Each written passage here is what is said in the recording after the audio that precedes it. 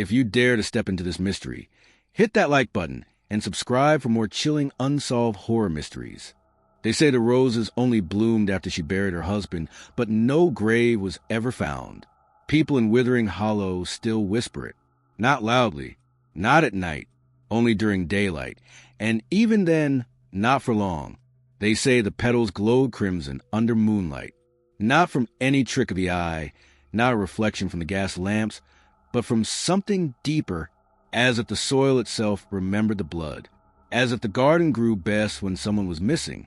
There were rumors, old ones, that Agatha Harrow was cursed, that her garden wasn't a collection of flowers, but a collection of secrets. And now, decades later, someone has sent Miss Marple a letter with only 9 words. Agatha Harrow's garden is bleeding again. Come alone. A torn piece of parchment, smeared faintly with dirt and something darker. No return address. No date. Just that single, unsettling request. Withering Hollow sits at the edge of a moorland most maps forgot. The kind of place where nothing ever changes, where fog lingers longer than it should, and even birds avoid certain rooftops. The villagers are reserved, careful. They wear tradition like armor. And at the heart of this sleepy isolation sits Harrow House. 3 stories of decaying stone, twisted wrought iron, and a garden so overgrown it's begun to swallow the fence surrounding it. Miss Marple had not been there in years. Not since the trial. Not since the night she testified on behalf of Agatha's late husband, or rather, the man who vanished. No body, no crime, only a growing suspicion. And now, the garden had started to whisper again. She arrived just before dusk. The sun dipped low behind the barren trees, as if avoiding eye contact with the house. Wind moved in slow, deliberate sighs across the property, rustling vines that seemed to crawl. The front gate squealed open with resistance, as though protesting the idea of being touched. And there, waiting in silence beneath the porch light that flickered without pattern, stood Agatha Harrow, or what was left of her. The woman was thinner than memory allowed. Pale, almost translucent skin stretched across her face. Her eyes, they didn't blink. She didn't smile. "You came," she said. Her voice cracked like an old record. Miss Marple stepped forward, studying the house, then the garden beyond. "I received your letter." Agatha tilted her head slowly. "I didn't write it."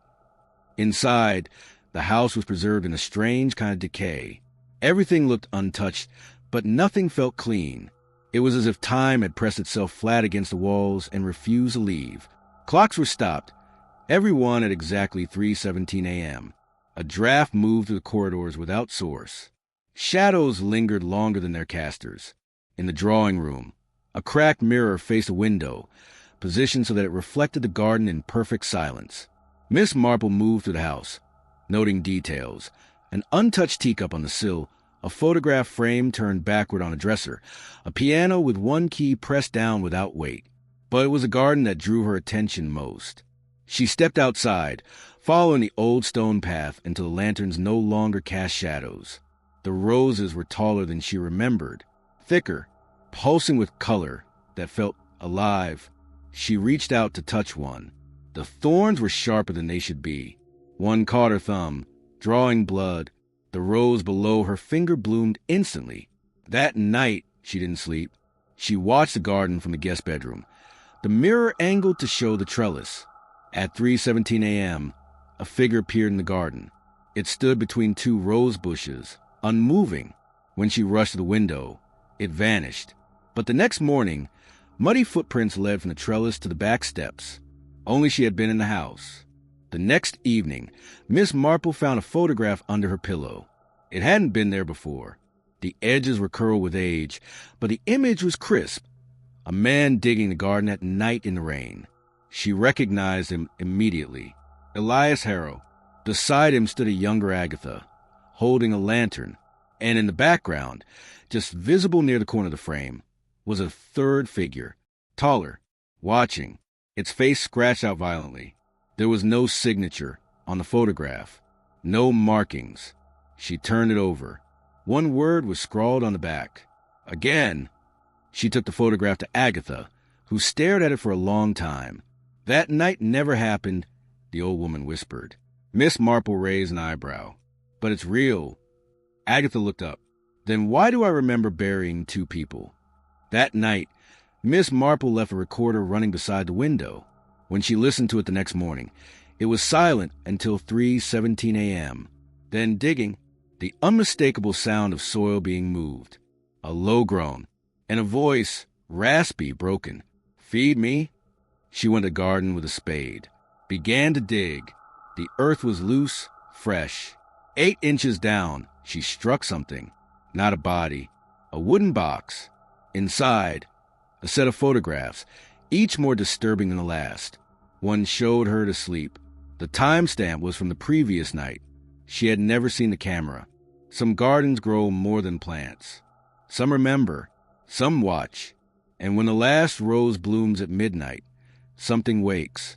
If you've ever walked past a garden that felt too quiet, if you've ever smelled roses with no source nearby, ask yourself one question: who's buried underneath? And if you're still listening, perhaps the garden remembers you too. Let us know in the comments. Would you have kept digging? We'll be watching for your answer. They call her the widow who speaks to flowers, though no one ever hears them answer.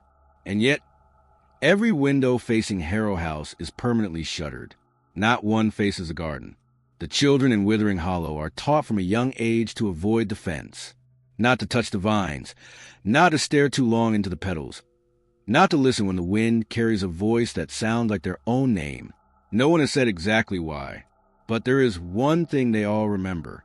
The last dog that crossed into that garden was found 2 days later in the river, eyes wide open, legs curled under its chest like it had been buried in panic. No wounds, no blood, just a collar half-shredded and tangled in something green. That was 12 years ago. No one has owned a dog since.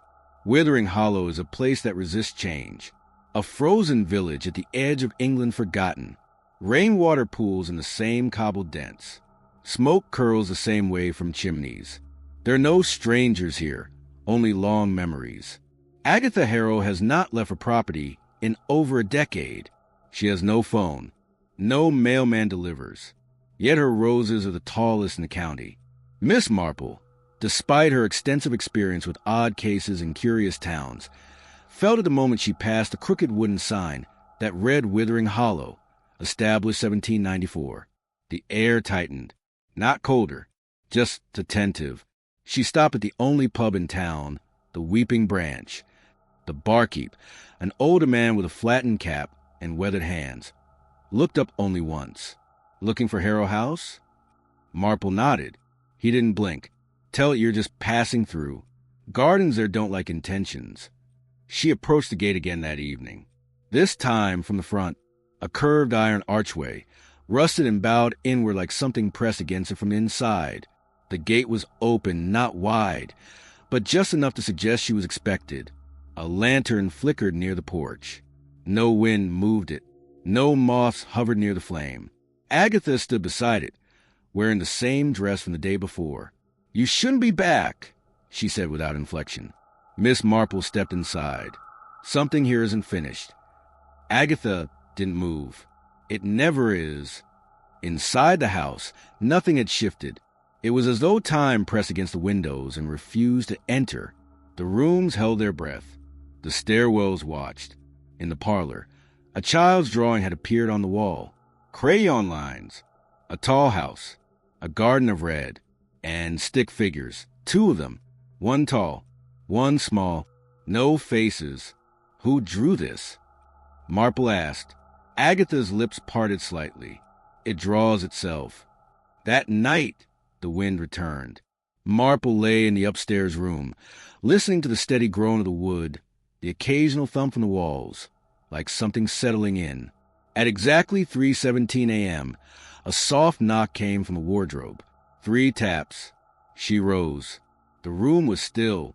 The lantern on the desk flickered twice, then calmed. She opened the wardrobe. Empty, but carved inside the wood, freshly scraped as if by fingernail. Do not trust her. She looked over her shoulder. The hallway behind her was dark and breathing. The following morning, she questioned Agatha over tea. "What happened to Elias?" she asked.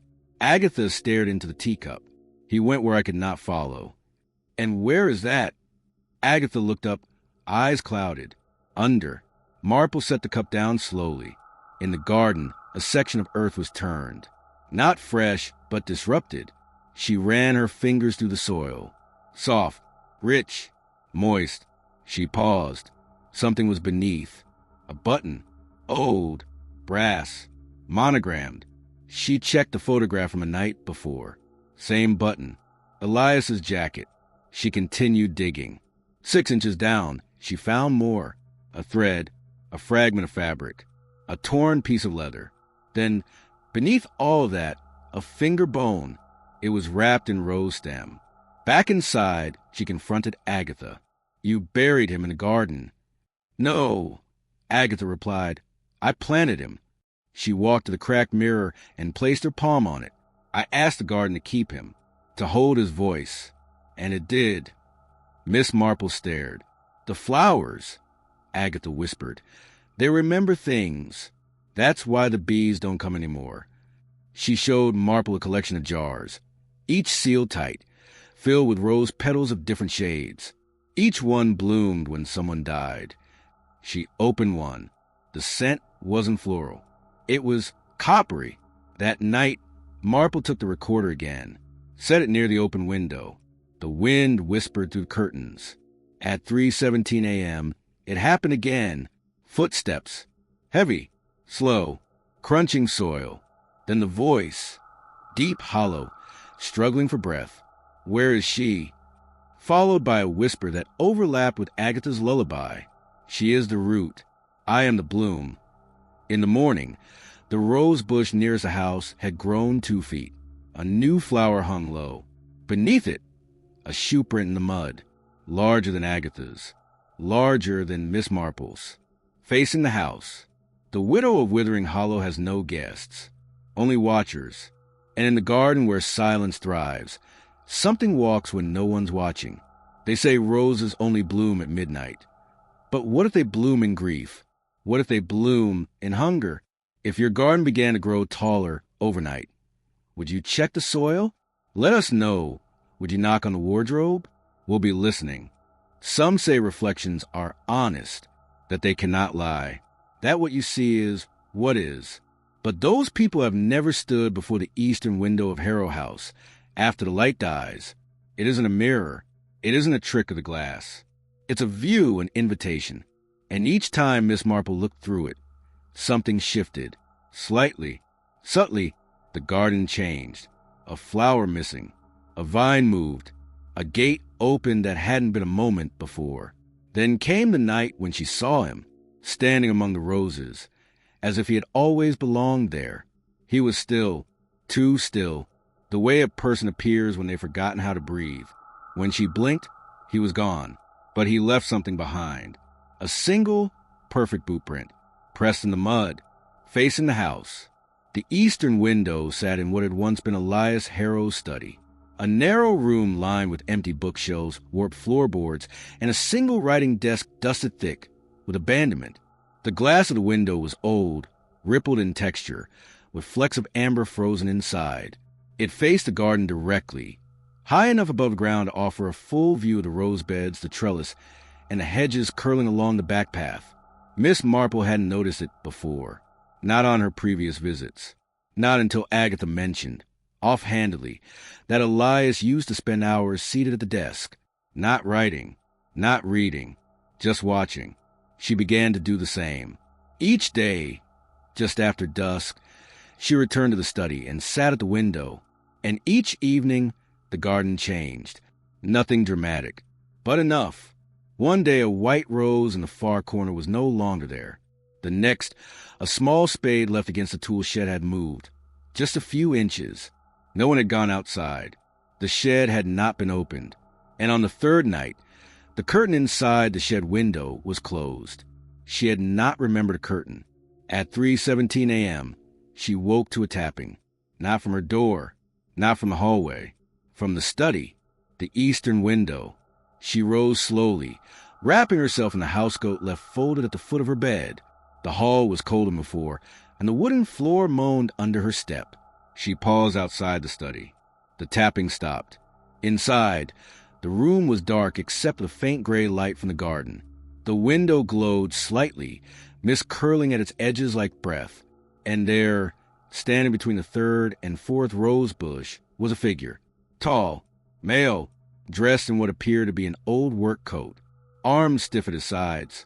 Head tilted, not in curiosity, in recognition. He was looking directly at the window. Marple didn't move. She watched, and then, in one blink of hesitation, he vanished. She bolted from the room, down the stairs, out into the garden. The grass was wet. The roses were motionless. But where he had stood was a single, fresh boot print, size 10, deep tread, facing toward the window. Miss Marple began to record her nightly observations. She kept a notebook by the desk. Each entry began with the date and time, the weather, and what had changed. March 12th, 7 p.m., white rose missing from north edge. March 13th, 7:15 p.m., gate latch lifted, no sound of entry. March 14th, 7:04 p.m., trellis shifted 2 degrees. It became a ritual, but the changes became more aggressive. March 16th, 7:10 p.m., a second figure spotted. Shorter, female, holding something. March 17th, 3:17 a.m., window frost formed a handprint on the inside. She checked the recordings. Each night, static bled into the audio at the same time. And once, just once, a low humming was captured. Not mechanical, not environmental. A tune, familiar, a lullaby she remembered hearing from Agatha. When she played it backwards, the melody changed. Words emerged. Come home, Elias. Come home. She confronted Agatha the next day. The widow was in the kitchen, stirring a kettle that hadn't whistled. You're watching him again, she said without turning. I saw him, Marple replied. In the garden, through the window. Agatha nodded slowly. That's how he started coming back. Agatha led her to the study. This glass isn't ordinary, she said, brushing her hand along the sill. Elias had imported. Claimed it came from a chapel in the north. Said it helped him see things as they were. Marple leaned closer, but he stopped using it eventually. Said it started showing him things he couldn't explain. People he hadn't met. Places that didn't exist yet. Agatha opened a drawer in the desk. Inside, bundled in cloth, were sketches. Dozens of them, each drawn in charcoal, each a view of the garden. Only none matched the real layout. One had a staircase where no stairs existed. Another had gravestones behind the trellis. And one showed the study window from the outside with Marple's face in the reflection. She checked the date on the back. March 15th. It was only the 14th. That night, she didn't watch. She covered the window, closed the door to the study, and locked it. At 3:17 a.m., she woke. Her room was colder than it should be. She lit a candle and walked to the hallway. The study door was open. Inside, the curtain had been removed. The window was bare. And in the garden, every rose was facing the house. Windows are supposed to separate what's inside from what's out. But what happens when they show you what's waiting on the other side of memory? Miss Marple closed the study that night. But the garden never blinked. Would you look again? Tell us. If you saw something standing in your reflection, would you trust it was you? We'll be watching. Time is constant, we're told. Steady, linear. But inside Harrow House, time had long since stopped obeying anything familiar. Every clock in the house was frozen. Not at random. Not from disrepair. Each one had chosen the same moment to surrender its rhythm. 3:17 a.m. That hour had appeared again and again. In photographs. In sounds. In footprints that returned each night like loyal companions. But clocks were supposed to mark time, not echo it, not repeat it. And then one night, the grandfather clock in the sitting room began to tick again in reverse. The chimes followed, backward in rhythm. 9, 8, 7, until silence returned. Miss Marple was already awake, standing at the base of the stairs, eyes fixed on the pendulum that now swung against nature. And from the hallway behind her, Agatha whispered, barely audible, "That's when he left me. The grandfather clock had once been the centerpiece of Harrow House, imported from Bavaria, carved in black oak with a Harrow crest etched across its base. It hadn't worked in years, or so everyone believed. Miss Marple had noticed it upon arrival, its hands locked in place, unmoving, permanent. It stood near the front parlor, flanked by dusty portraits and wilted drapery.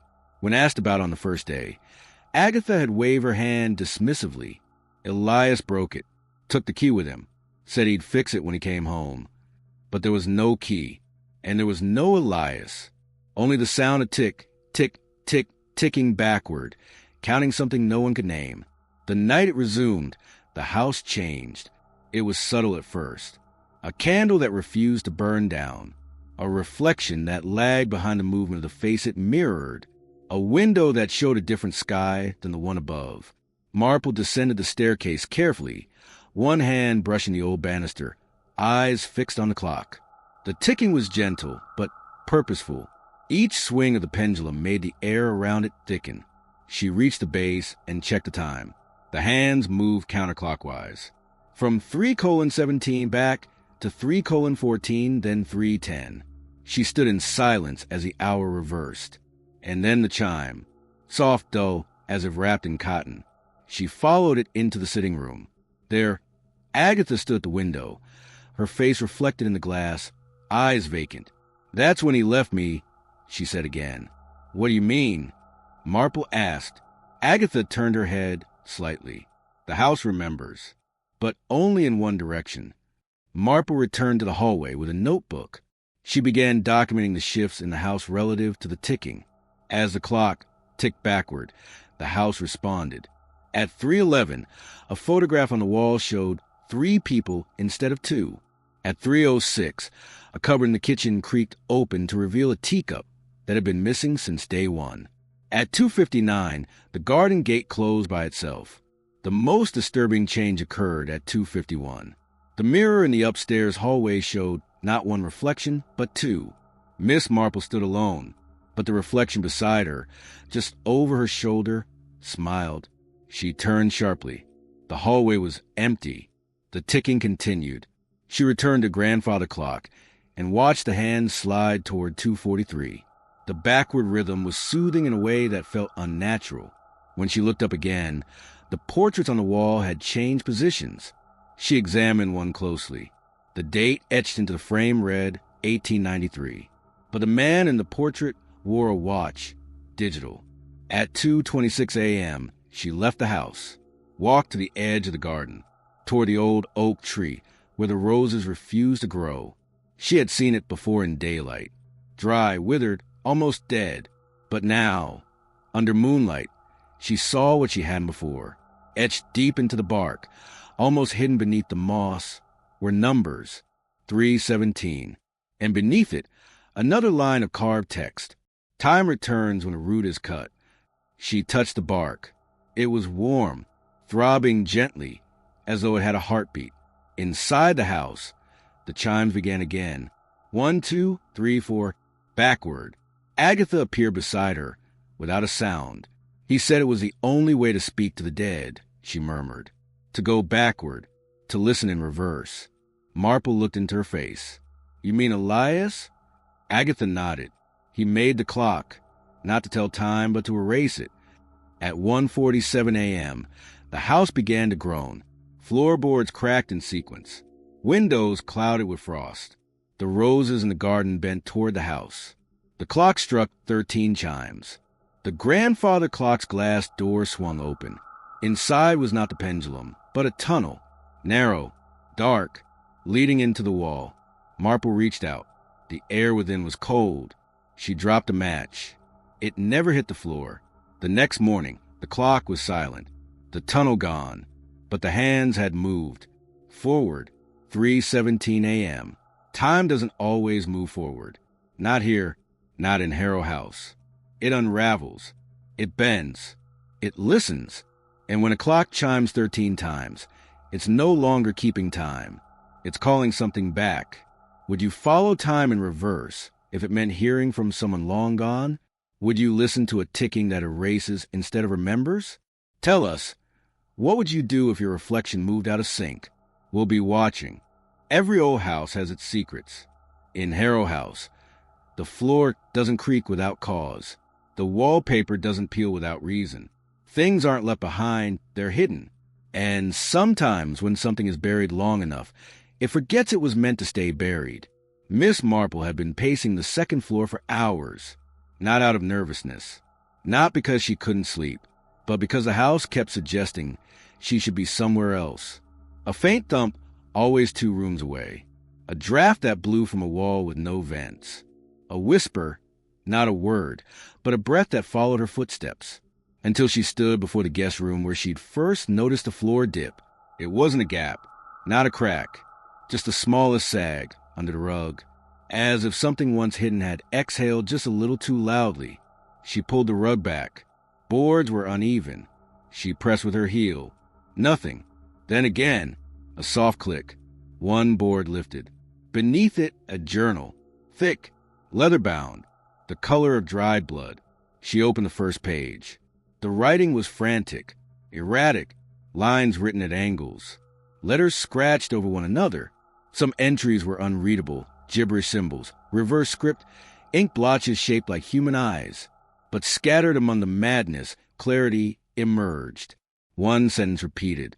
He never left. He grew into the roots. The journal had no name inside, no indication of who wrote it. But Marple could tell, from the jagged intensity of the pen strokes, that the author was desperate. Some pages were torn out, others fused together by what looked like sap or something older, darker, as though the journal itself had been stored underground for years, yet the ink was fresh. She took it downstairs, lit a single lantern, and placed it beneath the same window where she had seen the garden move. The first legible entry was dated March 3rd, 1919. It described Elias Harrow's return from war, but not the way the town remembered it. According to the journal, he came home changed, not physically, not visibly, emotionally detached, but more than that, aware. He would stare at the rose beds for hours, talk to them under his breath, refuse to walk barefoot across the lawn. The entry ended with, "The ground pulses when no one's watching." The next entry was dated March 7th, 1919, 4 days later. It read, "The vines crept through the cracks in the cellar door last night. I sealed it. They move again. She doesn't believe me. I hear him in the dirt." The pages grew more erratic. The handwriting changed slightly. Sometimes sharp, sometimes childlike. Marple flipped to the center of the book. There, scrawled in red ink. I broke the clock to slow it down. The window kept showing him. So I sealed the floor, buried the tools, buried the others. Others? She stopped. Agatha had never mentioned others. She confronted Agatha, presented the journal, pointed to the date, the handwriting. Agatha stared at it, unmoving. "I remember that journal," she said, "but I never read it." "Why?" "Because the last time Elias opened it, he bled from the eyes for 3 days. Marple returned to the study, placing the journal beside the eastern window. She read through the entries in full. Some sentences were written phonetically, others backward, but all described one thing. The garden is a mouth. The house is a throat. I am the voice. He is the hunger. The pages trembled as she turned them, not from her hands, but as if the paper itself rejected being read. Then she found the final entry. It was dated 2 weeks from now, March 31st, 19. The year had been scratched out. The writing read, "She has come again. She will find the root. The journal will call her, and the garden will open." Beneath that, a rough sketch. A woman standing before an open rose. Inside the bloom, rows of teeth. The journal had been written by Elias, but not entirely. The early entries were his. Military script, proper spacing. But halfway through, the penmanship changed, became disjointed, emotional, then illegible. She flipped back, compared letters. The final entries weren't Elias. They weren't human. Whatever had taken root beneath the house had learned to write. That night, Marple sealed the floorboard again, placed the journal inside a drawer, locked it, hid the key. At 3:17 a.m., She heard scratching beneath the rug. She returned to the room. The board was up. The journal was open.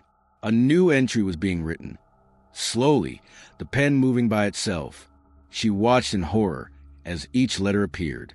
You are the next root. Some stories are written in ink, others in soil. And when something underground learns to speak, it never tells the truth. Would you read a journal that knew your name before you touched it? Would you turn the last page? Tell us.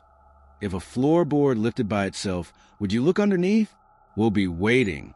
They say mirrors don't create. They reflect. That they are passive glass, nothing more than a surface to bounce back what already exists. But in Harrow House, the mirrors had memory, and worse than tension. Miss Marple didn't believe in folklore. She believed in facts, logic, patterns. She had solved murders using the smallest inconsistencies. A misplaced hair, a wrinkle in a rug, a scratch button. But standing in a long corridor on the second floor, surrounded by reflections that didn't quite match reality, she wasn't sure what she believed anymore. Each mirror was tall, narrow, etched with silver filigree, placed precisely 3 feet apart on both sides of the hallway. She took one step forward. Every reflection followed. Except one. It smiled. She did not. The mirror room was never part of the original Harrow House plans. It had been added decades later, during a period of supposed expansion. Local records suggested it was a hallway that once connected the servant quarters to the upper bedrooms. But the mirrors were not mentioned in any blueprint. There were 16 in total. Each one stood from floor to ceiling, unmarked by dust. Despite the rest of the house surrendering to decay, these mirrors remained pristine, as if they were protected from time. Agatha never walked this corridor. When asked why, she simply replied, I already know what it shows me. The hallway made no sound when entered. No creaks, no groans, just silence and breath. Miss Marple had avoided it until now. The first time she walked the full length of the hallway, nothing happened. She counted the mirrors aloud as she passed. 16, 8 on each side. Her footsteps were soft, deliberate. But as she reached the end, she turned back. Only 15 reflections stared back. One mirror, the fourth on the left, was empty. She approached it slowly, checked her own position, moved side to side. Still nothing. Then she saw it. Her reflection stepped into frame. Late, as though catching up. But it was wrong. The smile was too wide. The eyes too still. She stepped back. The reflection didn't. She moved left. It moved right. Then it blinked. She hadn't. She documented everything.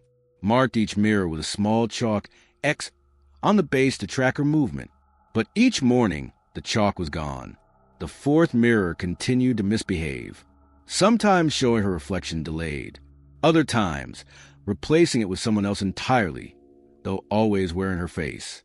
She brought in a lantern, hoping better light would expose a trick. But the mirrors absorbed the glow, dimmed it, warped it. She noticed the hallway's dimensions were changing. The end wall moved, sometimes closer, sometimes farther. At 3:17 a.m., she returned again. The mirror corridor was colder than the rest of the house. Frost lined the edges of the glass. And as she walked, each reflection began to linger longer. She stopped in front of the fourth mirror. This time, her reflection looked terrified. She wasn't. In the center of the fourth mirror's base, etched so finely it couldn't be seen unless under specific light, was a single word: return. She traced it with her finger. The mirror vibrated. A whisper escaped, brief, breathless. You were here before. She turned sharply. Behind her, the other mirrors flickered. Each reflection now showed a different version of herself. Older, younger, injured, weeping. One held a rose. Another had soil dripping from her fingers. Then, the fourth reflection began to speak. Mouth moving, but no sound. She leaned in. You're standing where I died. Marple fled the corridor. She sealed it off with furniture, draped sheets over the door, refused to enter again. That night, in H's room, the small hand mirror on her nightstand fell and shattered. Among the shards, the reflection of her still standing in the hallway. Reflections are loyal until they learn too much. In Harrow House, mirrors don't reflect what's in front of them. They reflect what you've forgotten. Tell us, if your reflection ever smiled before you did, would you keep looking? We're waiting. There are certain movements in nature we learn to trust. The sway of trees in the wind, the rustle of leaves as birds scatter, the bend of ivy when something brushes past. But when the air is still and the ivy moves anyway, something else is happening. At Harrow House, the garden wall was covered in green, not just overgrown, but purposeful. The ivy wrapped the stone like muscle over bone, thick and veined, moving in patterns that made no sense on paper, yet felt deliberate to the eye. Miss Marple noticed it first during an early morning walk through the back garden. Fog hovered low. The soil, damp, slightly sweet, clung to her boots, and as she rounded the edge of the trellis, she saw it. A section of ivy trembled, but the air was still. No wind, no movement anywhere else, just the ivy breathing. The rear wall of the estate was older than the house itself. Built from blackstone centuries before, it marked the end of the Harrow property line. Beyond it lay a stretch of forest too thick for travel, and too quiet for animals. The ivy had grown over it slowly, year by year, but now it covered nearly every inch. Roots cracked the stone beneath, leaves draped like curtains. Agatha never spoke of the wall, and when asked, she simply replied, "It's meant to stay covered." Marple made note of this, began observing it daily. Every morning, the ivy looked different, not in size, but in pattern, as though it reassembled itself during the night. She tested it. On Monday, she pinned a white ribbon to the center. By Tuesday, it was gone. On Wednesday, she etched a cross into one of the exposed stones with a small knife. The next morning, the ivy had regrown to hide it. By Friday, the cross was no longer there. The stone beneath it had been replaced.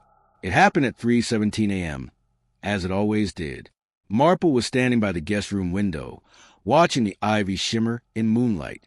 A sound reached her ears, not loud, but distinct, a low scraping. She stepped out of the house, wrapped in shawl and silence. The path was cold, the garden quiet, but at the wall, the ivy was moving, not wildly, not violently, but methodically, like fingers curling. She leaned in, brushing a section aside. There, nestled between two vines, was something unnatural, round, wet, reflective. An eye. It blinked. She fell back, breath caught in her throat. The eye did not follow her, but it remained open. The next morning, the eye was gone, but in its place, a small impression in the ivy, child-sized, as if something had been nestled inside for hours. She took samples of the leaves, tested them. The results returned as non-native species. Not ivy at all. She showed Agatha. The old woman only said, "They've started watching again." That night, Marple searched the estate records, found notes on the wall's original construction, discovered something odd, a blueprint sketched in the margins. It wasn't a wall. It was a seal, built to keep something in. Marple returned to the wall with a ladder, climbed to the top. From above, she saw what the ivy had concealed for decades, a carving deep in the stone, circular, engraved with what looked like eyes in sequence. 9 total, each one stylized, ancient. At the center of the carving, a hole. She reached inside. Her fingers touched cloth. She pulled it out, a small child's glove, still damp. Then the ivy moved again, slowly covering the hole, replacing itself. By the time she descended, the wall looked untouched. The glove was placed in a drawer in her study. She locked it. Hours later, the drawer was open, the glove gone. A fresh vine had grown across the inside of her window, and that night, as she walked past the wall again, every section of ivy turned, subtly, toward her. Some plants climbed toward the sun. Others watched the ones who walked below. At Harrow House, the ivy doesn't grow. It waits. Tell us, if something blinked at you from a wall, would you blink back? Would you pull the glove? Would you ignore the sound of something moving when the air is still? We're watching. A grave doesn't always need a body. And sometimes the absence of one says more than its presence ever could. Elias Harrow disappeared without a trace.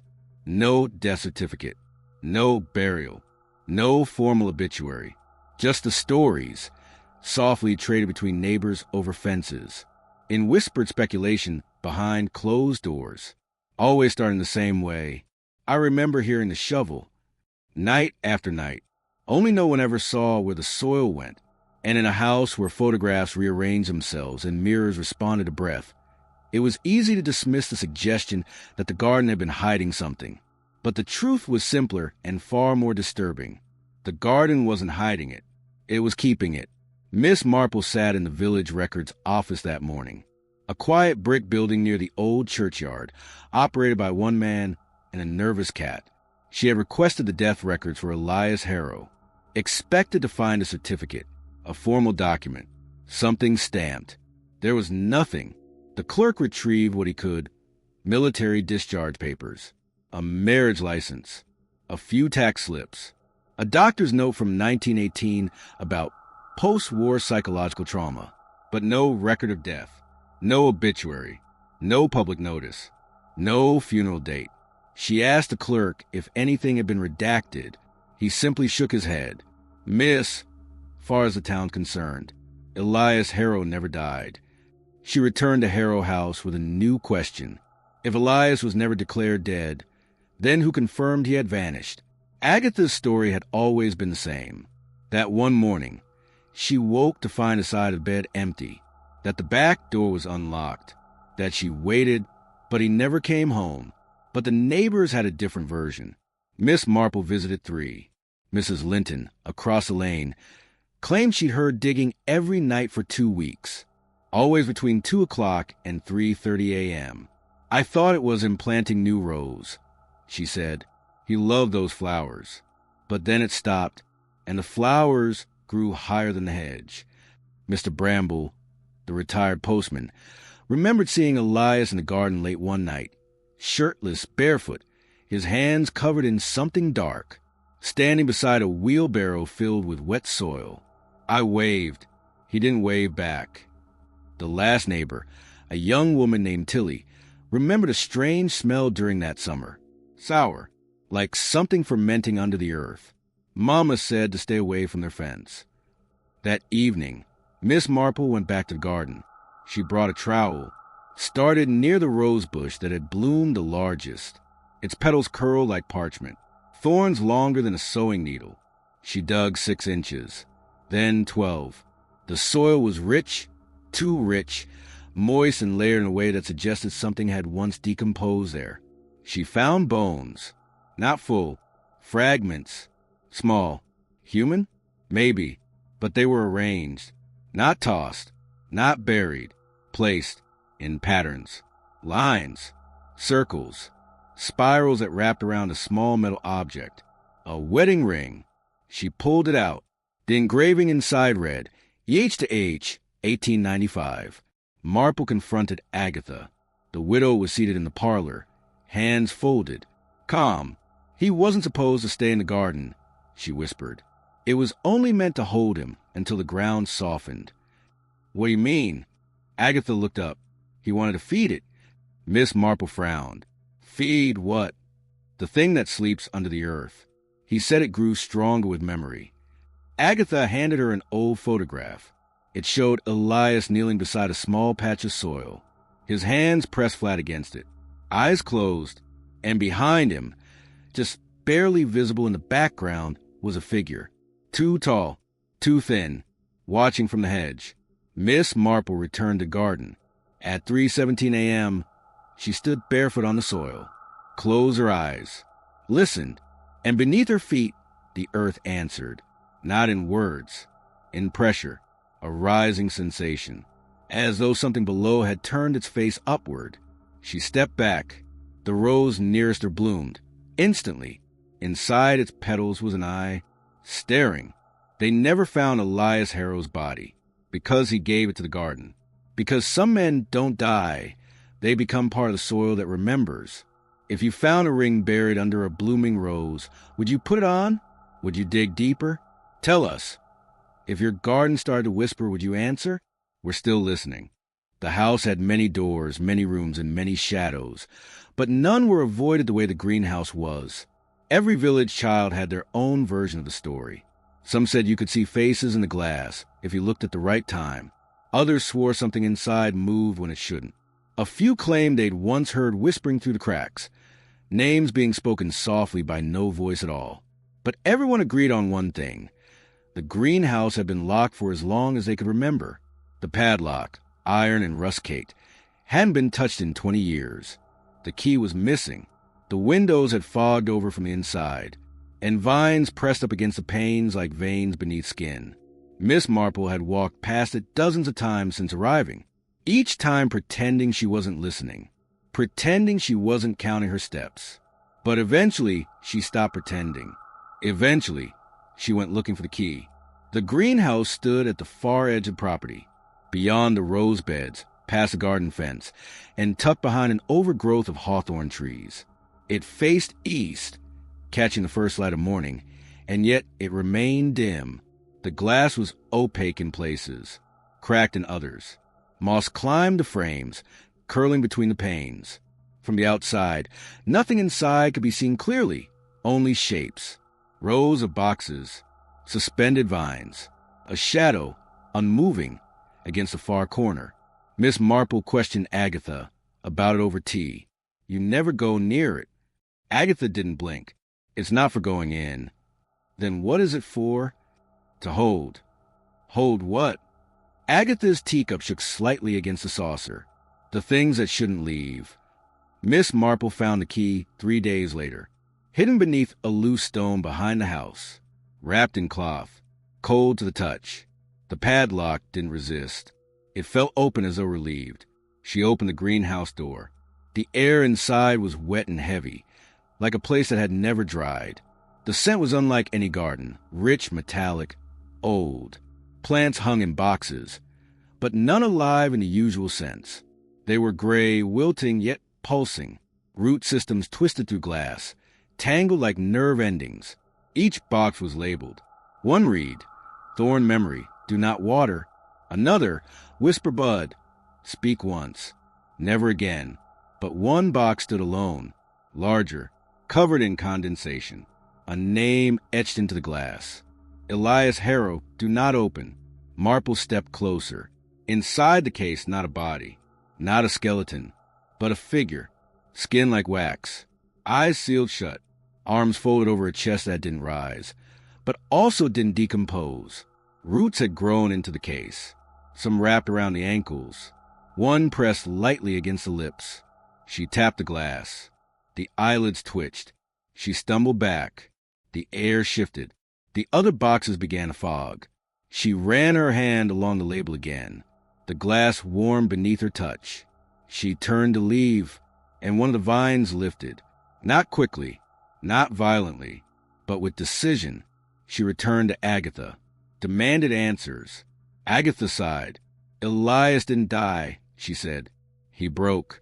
The house, the garden, they took pieces of him. What remained had to be stored. She pulled out an old ledger, faded entries in ink. It read, May 3rd, Initiated Preservation Protocol. May 5th, Subject no longer responds to voice. May 9th, Roots have accepted him. We are unsure what is conscious. May 14th, Seal with warning. Lock the garden.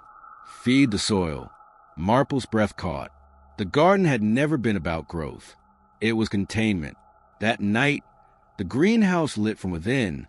No lamp, no fire, just a soft, green glow. She approached it again, found the door slightly ajar. The box labeled Elias Harrow was now covered in vines. A message carved in the condensation. He remembers you. Some people bury the past. Others seal in glass. But what do you do when the past grows roots? Tell us. If you saw your name on a box in a locked greenhouse, would you open it? Would you tap the glass? We're waiting. A camera only shows what is in front of it. That's the assumption, that when we press record, When we peer through a lens, we capture truth. But what if the lens sees something else? Something we never noticed until it was played back in silence, frame by frame? Miss Marple didn't expect to find the reels. They were stored in a leather case, tucked behind a false panel in Elias Harrow's study. The latch creaked when opened. Inside, 5 film canisters, unlabeled, dusty, but intact. She assumed they were family memories. Weddings, birthdays, ordinary life. But the projector told another story. There was no sound, only flickering black and white images of a garden that changed each time she blinked.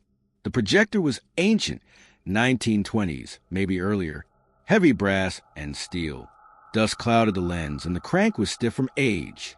Agatha said it hadn't been used in years. "It's his," she said. "He filmed things he said he couldn't describe." "What kind of things?" Marple asked. Agatha just looked at the wall. Things that didn't happen until after. Miss Marple cleaned the machine, threaded the first reel, set up a white sheet on the dining room wall, dimmed the lights. The images began. The garden, clear, recognizable, roses in neat rows, trees just behind the wall, sunlight. But in the second reel, the trees were gone. She rewound, rechecked. First reel, for trees. 1 bent leftward. Second reel, 3 trees, all upright. She noted the angle, the lighting, the shadows, everything else identical, except the background had changed. The third reel was darker. The footage slowed. The garden moved slightly. A vine twitched. A shadow shifted.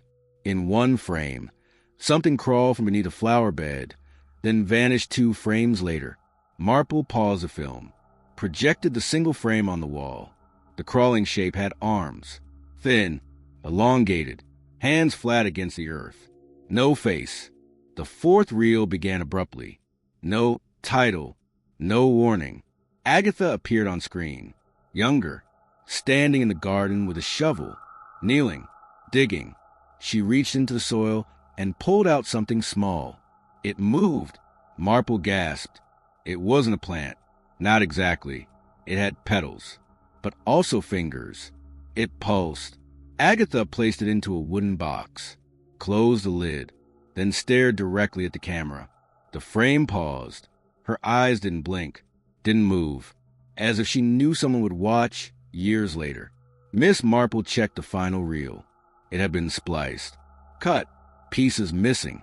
She held the film to the light, saw scratches, intentional, marks across frames to obscure what had been captured, but enough remained. A sequence of the garden changing. The hedges shifted.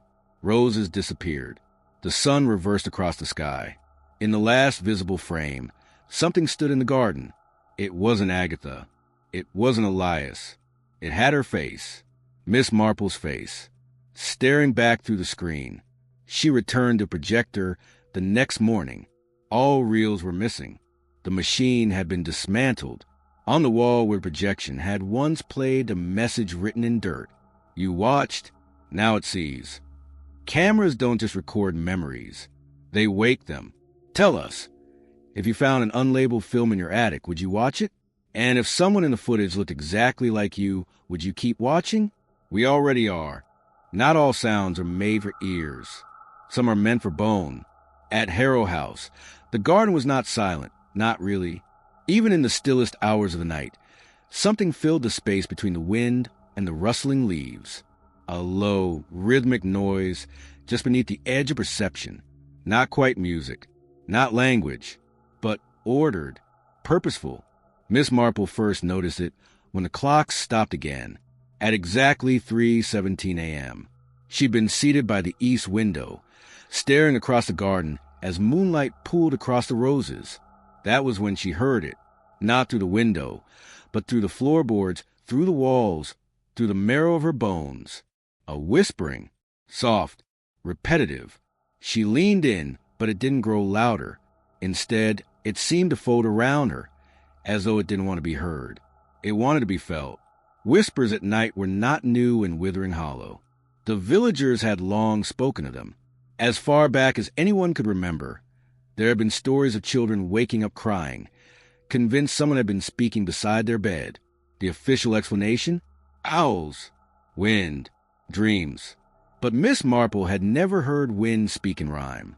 She recorded the sound the next night, setting the recorder just outside the guest room window. When played back the following morning, the sound was barely audible. Low frequencies, repeating pulses. But buried in the static was something else. A pattern. Every 11 seconds, a pause. And then, deep below, we wait. She took to the garden with a lantern and gloves. Each rose bush looked ordinary by day, but at night they almost shimmered, as if light clung to them differently. She selected the largest bush, the one with the thickest stems and thorns like fishhooks. She dug carefully, inch by inch. The soil here wasn't dry. It was warm, wet, living. For inches down, her trowel struck something soft. She brushed the soil aside. A piece of old lace, hand-stitched, wrapped tightly around a small object. She lifted it gently. A cracked human tooth, still red at the root. She unwrapped the lace fully. Inside was a second item, a sliver of a child's fingernail bound to the tooth with thread. The whispering intensified, not outside her, inside her. She staggered back, dropped the bundle. The soil twitched, like something exhaled. The next night, the floorboards pulsed beneath her feet. She walked from room to room, following the rhythm, down the hallway, past the sealed mirror corridor, into the parlor. Each footstep timed against the underground cadence. She pressed her palm to the ground. It was breathing, not metaphorically, not imagined. Slow, steady expansions, like lungs beneath the house. She returned to the garden at dawn, dug deeper, found more. A button from a child's coat, a cracked porcelain doll's face, a braid of hair still damp, each wrapped in lace, each pulsing with warmth. Marple took the bundles to Agatha. The widow stared at them for a long time. "They're offerings," she said. "To what?" Agatha whispered. "To the garden." "But why?" "So it doesn't wake hungry." She opened a drawer. Inside, lined with silk, were dozens more bundles. Tooth, hair, bone, memory. That's what it needs to grow. Marple recoiled. "Children?" Agatha nodded. "Not all of them, just the ones it remembers." Miss Marple asked the question aloud. "What is under the garden?" Agatha responded without hesitation. "Roots, but not from plants, from something older." The next night, the whisper spread.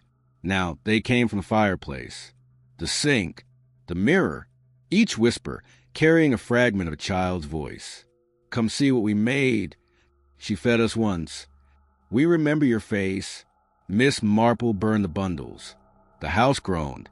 The soil outside steamed. At 3:17 a.m., every flower in the garden turned to face the house. Gardens are meant to grow, but some grow on memory. Some grow on what's left behind. And when roots begin to whisper, it's already too late to cover your ears. Would you dig beneath your roses? Would you unwrap what the earth has kept warm? Tell us. If your garden whispered your name tonight, would you answer? We already did. In any house that's lived in long enough, you come to know its layout the way you know your own skin. Every creak of the stairs, every draft beneath the door. The familiar turns of hallways that always lead to the same places. But when a hallway ends in a door you're certain was never there before, what does that say about the house? Or worse, what does that say about you? Miss Marple had walked the upper corridor of Harrow House dozens of times. It curved gently, followed the shape of the western wing, always terminating at a brick wall where an old painting hung crookedly in a tarnished frame. But this morning there was no wall. There was a door, white, plain, child-sized, and it was open. The hallway had never led to anything. Agatha herself had mentioned the wing had been sealed years ago after a leak. The floorboards warped, the walls bowed with moisture. There had never been reason to step beyond that final painting. But now the painting was gone. In its place, a narrow doorway, no taller than 5 feet. The frame carved with small handprints pressed into the wood. Miss Marple stared at it, reached out, touched the frame. The wood was cold, too cold. The air beyond the threshold was stale. Yet beneath it, the faintest hint of lavender soap and something faintly sweet, rotting sugar. She ducked her head and entered. The room inside was a child's bedroom. Wallpaper faded with blue stars. A toy chest beneath the window. A mobile hung from the ceiling, shaped like tiny hands and moons, spinning slowly though the air was still. A small bed sat in the corner, unmade. The covers had been pulled back recently. Dust lay on everything except the floor. Footprints, bare, small. They led from the edge of the bed to the wall. And on that wall, a crayon drawing. Crude, jagged, black and green lines. It showed a woman in a gray coat standing in a garden. Miss Marple, drawn in red, eyes too large, thorns surrounding her. One word written above the figure. Stay. She called for Agatha. The older woman refused to climb the stairs. There's no room there, she whispered. But I've seen it. You've been seen, was the reply. Marple returned to the room, documented everything, photographed the walls, the bed, the toy chest. That night, the photographs were blank, white squares, no image, and the crayon drawing had changed. Now the woman was kneeling in the dirt, digging. She checked the blueprints. The room didn't exist. No mention in the architectural layout. No support beams aligned with a new space. Nothing explained its presence. She searched the toy chest, found dolls with missing limbs, a journal with blank pages, except one. He plays in the dark when no one looks. The mobile above the bed began to spin. Faster, the shadows on the wall stretched. She turned to leave. The door had vanished, only wallpaper now, as though the room had always been sealed. But the crayon drawing remained. Now she wasn't alone. Another figure beside her, holding her hand. Tall, thin, eyes hollow. She awoke in her bed, unsure how she returned. The hallway was bricked again, painting restored. But the floor near the painting creaked now. Softly, and from behind the wall, she heard something. A child's laugh, then a whisper. Stay. Some rooms remember who they were built for. Some are built after the memory. Tell us, if you found a door where there had never been one, would you step inside? Would you look at the walls? And if a drawing showed your face before you'd entered, would you erase it? We wouldn't. There's something about symmetry that calms the mind. Rows of hedges, perfectly clipped. Marble paths aligned at sharp right angles. Statues posed in classical grace, unmoving, guardians of order in the chaos of nature. But when order shifts without permission, when something you know has not moved decides to turn its head, that's when you begin to question not the garden, but the rules of reality itself. At Harrow House, the topiary garden was precise. Not beautiful exactly, but intentional. Sculpted bushes trimmed into elegant shapes. A bird in mid-flight. A serpent coiled beneath a throne. A human form with hands pressed in prayer. Miss Marple had walked that path many times. But now, something had changed. And not just slightly. The kneeling statue was closer to the house. Much closer. And its hands were no longer pressed in prayer. They were reaching out. The topiary garden bordered the western wall of the estate, flanking the side closest to the greenhouse. It was surrounded by a wrought iron fence with only one gate, always rusted, always open. There were 7 statues in total, each one unique, each sculpted in the early 1900s by a local artist commissioned by Elias Harrow himself. According to records, the statues had never been moved since installation. Miss Marple had made a sketch of their layout weeks earlier, but now, comparing her drawing to the view from a window, she noticed a discrepancy. The statue nearest the east hedge, the kneeling figure, had shifted. Closer, about 5 feet, its arms no longer folded. One hand now extended, palm facing up, fingers rigid, almost expectant. She walked to the garden the next morning, traced her steps along the path. Each statue appeared unchanged except the kneeler. It was definitely closer. She examined the stone base. Weather-worn, cracked. Pressed her fingers against the cold marble. Something sharp caught her palm. She leaned down. Inside the crack base, a gap, a small hole just wide enough for 2 fingers. She reached in, pulled out something jagged. A bone. Small. Human. She dropped it, stepped back, and the statue's eyes, previously flat, stone-carved slits, were deeper now, as if carved further inward overnight. Miss Marple checked the others. The serpent now curled tighter around its pedestal. The bird's wings bent lower. None of the changes were immediate, but each morning they were different, and always closer. Agatha refused to speak about them. They follow the memories, she whispered. What does that mean? They move toward what remembers them. That night, Marple dreamed of statues whispering to each other, voices muffled in stone. She awoke to find dirt in her bed, the faint imprint of a kneeling figure at the foot of her blanket. She returned to the base of the kneeling statue, dug around it carefully, removed weeds, shifted soil, found remnants, not just bones, buttons, hairpins, a child's marble, artifacts from the missing, buried beneath the statue like offerings. She broke open the base fully with a hammer. Inside, a hollow cavity, lined with finger bones. She photographed everything, returned to the house. The next morning, the statue was whole again, unbroken, repositioned, but now it faced a window to her room. Marple marked the ground, drew chalk outlines around each statue, set up a camera, recorded overnight. Playback showed nothing until 3:17 a.m. Then a faint tremble. The kneeling statue slid 2 inches. Not walked, not dragged, slid. The frame after, its hand pressed to the lens. The next, static. Stone does not forget. It waits. And when shaped by memory, it moves when you're not looking.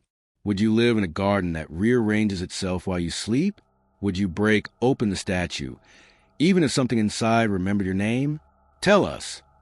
If you woke to find stone fingers on your windowsill, would you open the curtains? We already have.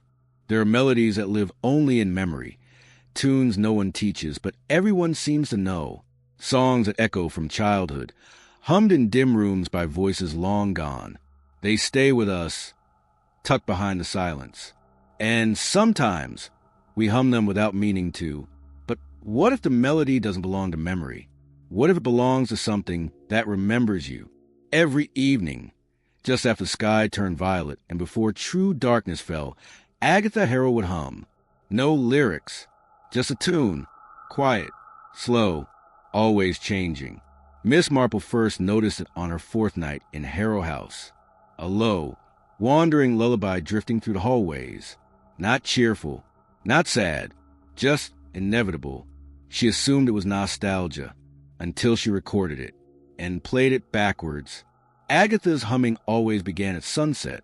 She would sit in her faded armchair by the hearth, rocking slowly, eyes half closed, a shawl over her shoulders, the fire casting long shadows on the walls. Each night, a new variation, a lullaby that felt ancient but unplaceable, sometimes with sharp changes in tone, as though parts were missing, other times circular, looping back to a phrase before moving forward again. Miss Marple became curious. She asked Agatha where she learned the melody.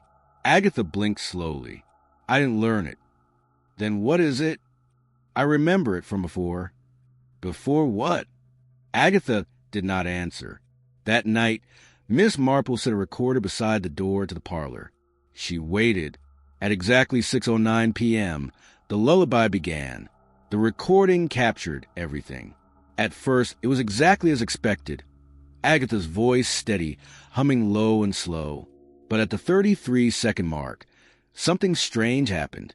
A second tone, underneath the melody. Not harmony, not echo, something else. Low, guttural, inhuman. She replayed it 5 times, slowed it down, isolated the layers. The second sound wasn't a voice. It was breathing, heavy, rhythmic, measured against the beat of the lullaby. She played the recording backwards and heard words. 5 clear, slow words. Return him, root to root. The message repeated, slightly different each time. One version ended with "he waits," another with "your face is the key." Marple questioned Agatha the next morning. "You hum to it, don't you?" Agatha's eyes did not move. "It's how we keep the ground still." She showed Marple an old music box. It didn't play when wound, but when left open, it vibrated slightly at dusk. Inside was a folded piece of lace. On it, stitched in red, "Lullabies for Below."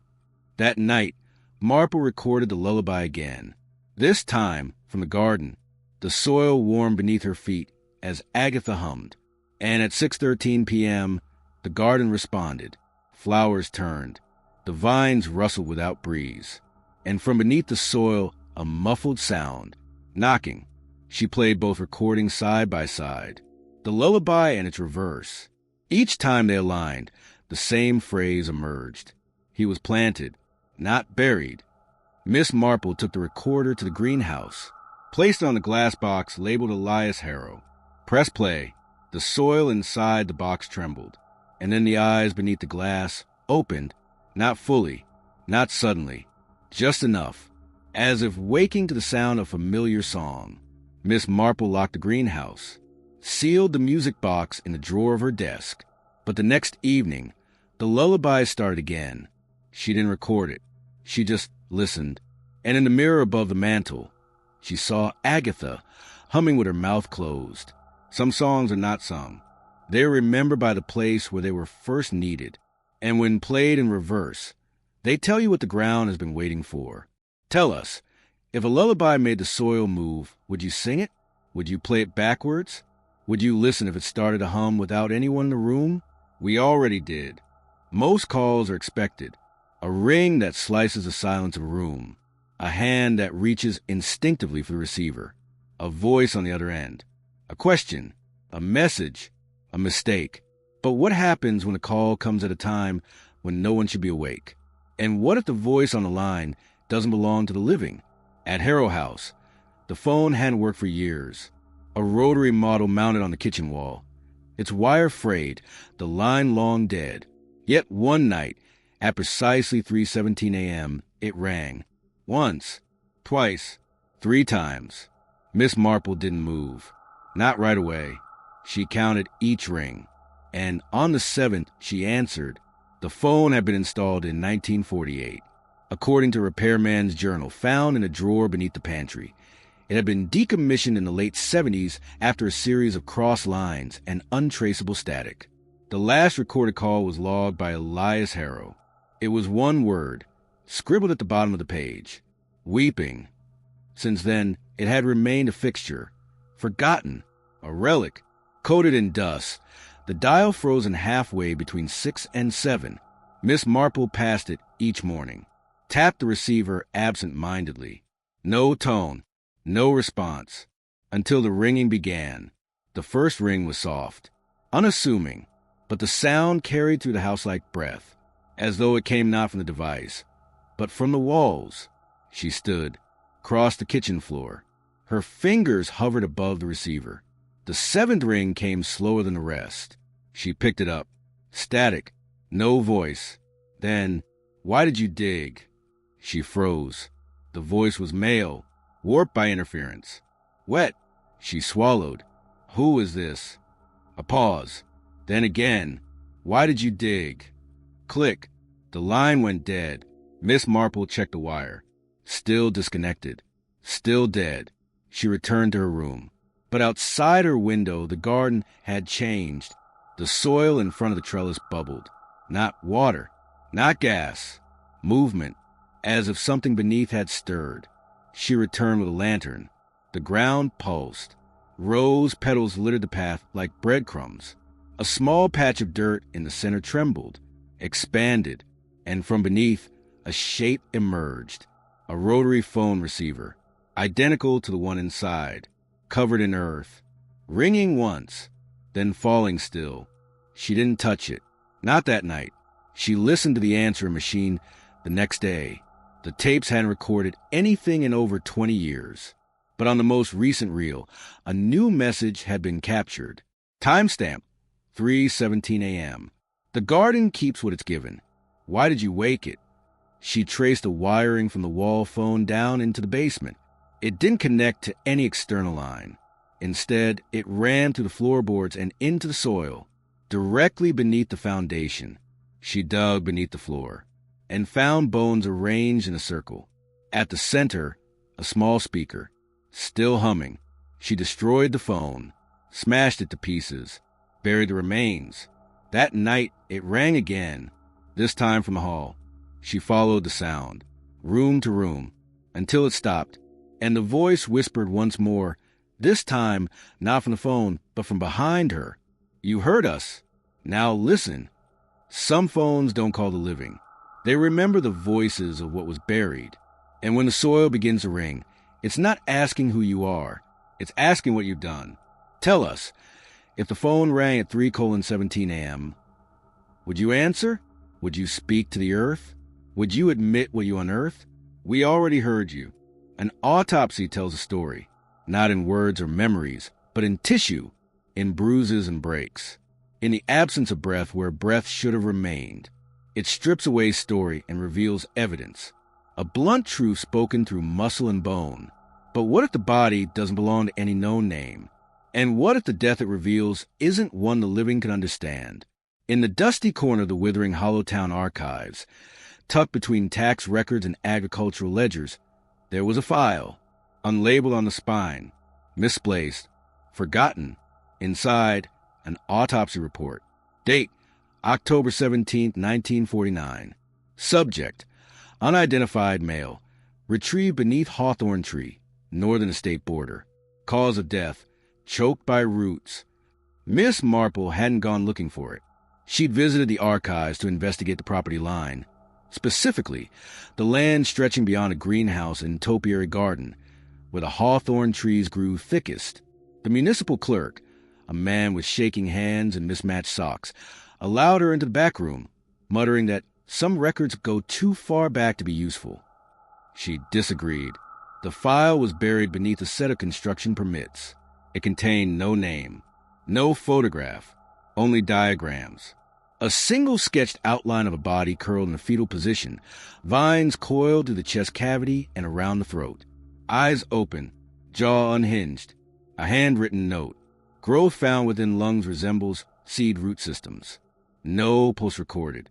Specimen appeared aware. Miss Marple made copies, took them back to Harrow House. She followed the directions noted in the report. Northern edge, second hawthorn from the left, 6 paces west of the boundary marker. The ground was firm, but not untouched. There, at the base of the hawthorn, she saw it, a depression, slight, as if the earth remembered being opened. She dug. 2 feet down, the soil changed. Richer, darker. She hit something solid, wood. A crate, not a coffin. When she pulled it free, the lid slid open on its own. Inside, soil, a single tooth, and a tag marked 49X. She returned to the autopsy sketch. 49X was written beneath the figure's left foot. The next morning, Miss Marple woke to find the tooth on her windowsill. She had placed it in a drawer the night before. The drawer was still locked. On the mirror, condensation spelled a word. Why? She visited the coroner's home. He'd passed decades earlier, but his granddaughter still lived there. In the attic, she found the coroner's final journal. The last page contained only one entry. It was breathing when we opened the chest cavity. No signature. No date. Miss Marple returned to the garden. The hawthorn tree now leaned slightly toward the house. Marple compared the sketch of the body to a family photograph from the Harrow Estate album. The chin, the ear line, the cheek scar. It was Elias Harrow. He had been found in 1949 and buried again, but not by Agatha, not officially, by the earth. She brought the crate inside, locked it in the cellar. But each morning, the house smelled stronger, wet bark and rot, and the crate returned to the foot of her bed 3 times. On the 3rd night, she heard a voice whisper, "Return me, root to root." The next day, she found her own name scratched faintly into the underside of the crate lid. It hadn't been there before. Autopsies speak for the dead. But some bodies were never silent to begin with, and when the soil wraps the lungs, it remembers every breath. Tell us, if you found an autopsy report with no name, would you read it? Would you follow the directions? Would you dig again, knowing it would try to grow back? We already know your answer. Some houses are wired with memory, not electricity, not pipes, but threads, tension lines unseen that pull everything tight, that keep things from falling apart or from escaping. Sometimes those lines reveal themselves, not as cables, not as cracks, but as string. It began with the floorboard, a single strand of red thread poking through a seam in the corner of the drawing room. At first glance, it looked like a spider's web, but closer it was woven, deliberate. Miss Marple tugged it gently. It didn't come free. Instead, it disappeared deeper into the wall. The string was red, not a faded red from time, but crimson, clean, smooth between the fingers like silk. She traced it across the floor. It dipped beneath the skirting board, emerged behind the bookshelf, looped once around the leg of a wooden chair, then vanished through the crack beneath a closed door. Curious, she followed. Each room revealed more of it. Thread, winding up door frames, crossing ceilings, coiling around banisters, wrapping gently around drawer handles as if bookmarking something. It never tangled, never frayed, and no matter how much she unwound, there was always more. In the upstairs hallway, the red thread ran directly into the plaster wall. Miss Marple pressed her ear to it. She heard ticking, not from a clock, slower, organic. She removed the wallpaper with a knife. The thread had been sewn directly into the wall's inner frame, delicately, like surgical sutures. She followed it to the attic. The air was thicker there, hotter, and every rafter hummed faintly. In the far corner, beneath a wooden chest, the thread looped tightly into a knot. She moved the chest. Underneath, something buried beneath layers of cloth, a small heart-shaped box. She opened it. Inside, a locket, gold, unmarked. She unlatched it slowly. 2 photographs, one of Agatha Harrow and one of herself. But the photograph of herself was wrong, not from any known memory. The background unfamiliar, her expression off, her eyes not quite aligned. She blinked. The photograph shimmered. Then, behind the locket, tucked into a slot in the box, was a scrap of cloth, red, threadbare, and stitched into it in black thread. The garden chose us. Miss Marple returned to the drawing room. The thread was everywhere now. It crossed every window, hung from the fireplace. She followed one string through the kitchen, into the pantry, and behind a panel in the floor. Beneath it, a hollow space lined with mirrors. Each reflection showed her, but the threads wrap around her throat in every one. In the center of the space, a photograph. Agatha and Elias, holding a newborn, unlabeled. The child had Miss Marple's eyes. She confronted Agatha. Why was my face in that locket? Agatha rocked in her chair, humming. We thought you wouldn't remember. The garden told us it needed someone who wouldn't leave. What am I? Agatha stopped, planted, not born. That night, Marple followed the thread to the garden gate. It ran beneath the soil. She dug, found another locket, this one with only one photo, her own, with her eyes scratched out. Some strings aren't meant to be pulled. Some knots aren't meant to be untied. And when a house begins stitching its history into your skin, you're already part of the pattern. Tell us, if you followed a thread through every room in your home and found it led to you, would you cut it or would you tie it tighter? We already know. Soil is not supposed to remember. It absorbs.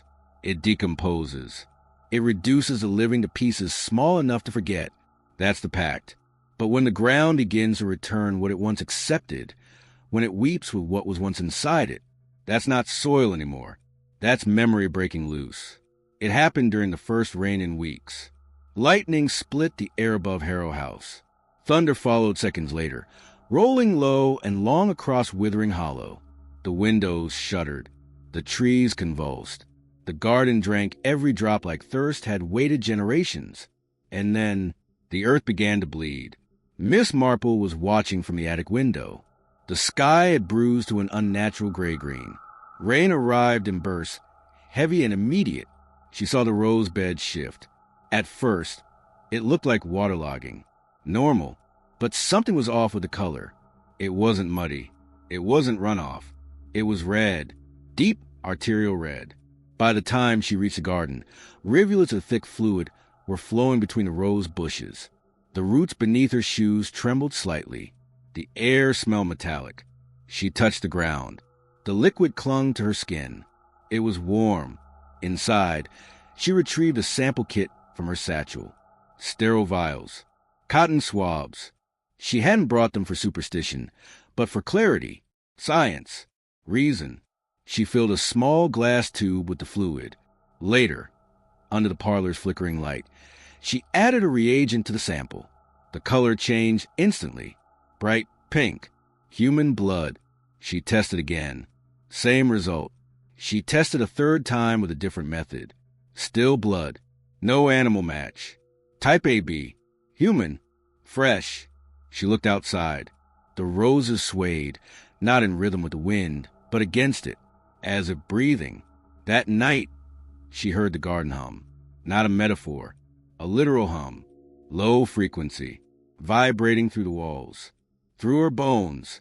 She pressed the recorder to the glass window. Captured 47 seconds of pure tone. Played it back. A waveform identical to a human moan. The next morning, she visited the town center. 3 deaths overnight. A farmer, an elderly woman, a child. No connection. No cause. All within 6 miles. Miss Marple returned home. The soil in the garden was darkened again. Red fluid bubbled slightly at the base of each bush. The roses had doubled in size. She clipped one. The stem bled. She returned to the town archives. Found a pattern. Every major bloom year in Harrow Garden had followed local tragedy. Fires. Plagues. Missing persons. The red seasons matched death records. In a hidden ledger beneath a false drawer, she found Elias Harrow's handwriting. The garden thrives on grief. I tried to stop her, but she fed it love, and then she fed it loss. Underneath that line, when the soil cries, another soul has been taken. Miss Marple returned to the garden, dug beneath the newest bloom. A tooth, a locket, a photograph of the elderly woman who had died the night before. She had never been to Harrow House. The hum returned the next night. Stronger. Windows trembled in their frames. Marple stood in the rain, watched the soil part at her feet, heard whispers from beneath. Feed us. Agatha appeared at her side. It never stops, she said softly, but we stopped choosing who. Miss Marple stared down at the crimson puddle. Agatha placed her hand on Marple's shoulder, and now it chooses for itself. Gardens aren't supposed to bleed. They're not supposed to grow from sorrow. But when the soil begins to drink from the living, it remembers the names you thought were forgotten. Tell us, if your garden hummed after a death in town, would you water it again? Would you dig into the bed and see what rooted beneath? Would you pluck a rose and risk what it's become? We already did.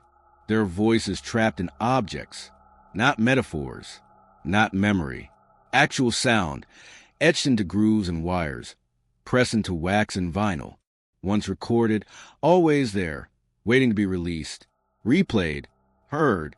A voice, even decades old, can still echo, still haunt, still whisper.